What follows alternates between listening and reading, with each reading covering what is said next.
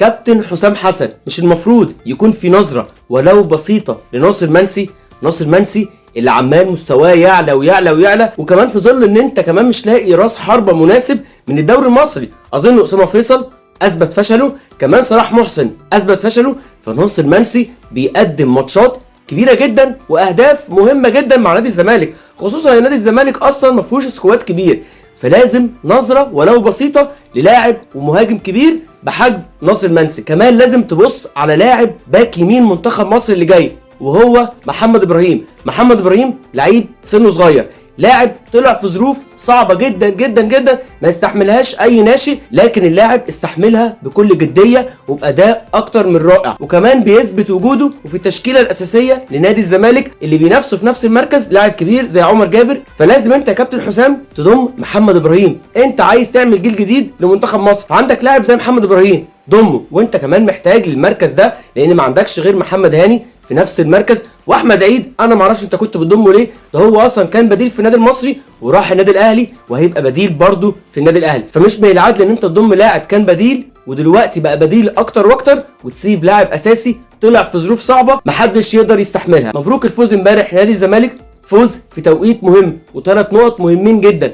سوء حظ كبير كان بيصادف نادي الزمالك طول الماتش، بس شتان الفارق بين الشوط الاول والشوط الثاني وتغييرات معتمد جمال. وفي نقطه مهمه لازم كابتن معتمد جمال ولاعبي نادي الزمالك يركزوا عليها، طول ما انت متعادل وما دخلش فيك اهداف ممكن تكسب في اي لحظه. ماتش سيراميكا الهدف اللي جه في الشوط الاول قربك كل خطوطنا وكل كمان حسابات كابتن معتمد جمال، هو كان عايز يعمل تغييرات معينه وده اللي حصل امبارح. طول ما انت الفرقه اللي بتلعبها ما سجلتش فيك ممكن تكسب في اي لحظه، وهو ده اللي حصل امبارح. مهما اتاخر الهدف ومهما اتاخر المكسب انت كده كده متعادل، فممكن تجيب هدف ان شاء الله في اخر ثانيه. هو الدوري كده مش مهم تطلع الماتش بسكور، ان شاء الله تطلع بهدف واحد لان الاهم هم الثلاثه بونت. برافو احمد فتوح امبارح، هدف واسيست، مفيش اجمل من كده يا فتوح. التزم، اتمرن، اثبت على مستواك، هتبقى احسن لعيب في مصر مش في نادي الزمالك وبس. كمان احمد ربيع يا كابتن معتمد، محمد اسماعيل كويس وادى دوره على اكمل وجه لكن بطيء في نص الملعب، احمد ربيع افضل منه، اديله ماتشات. احمد ربيع هيجي منه وانت هتحتاجه الفتره الجايه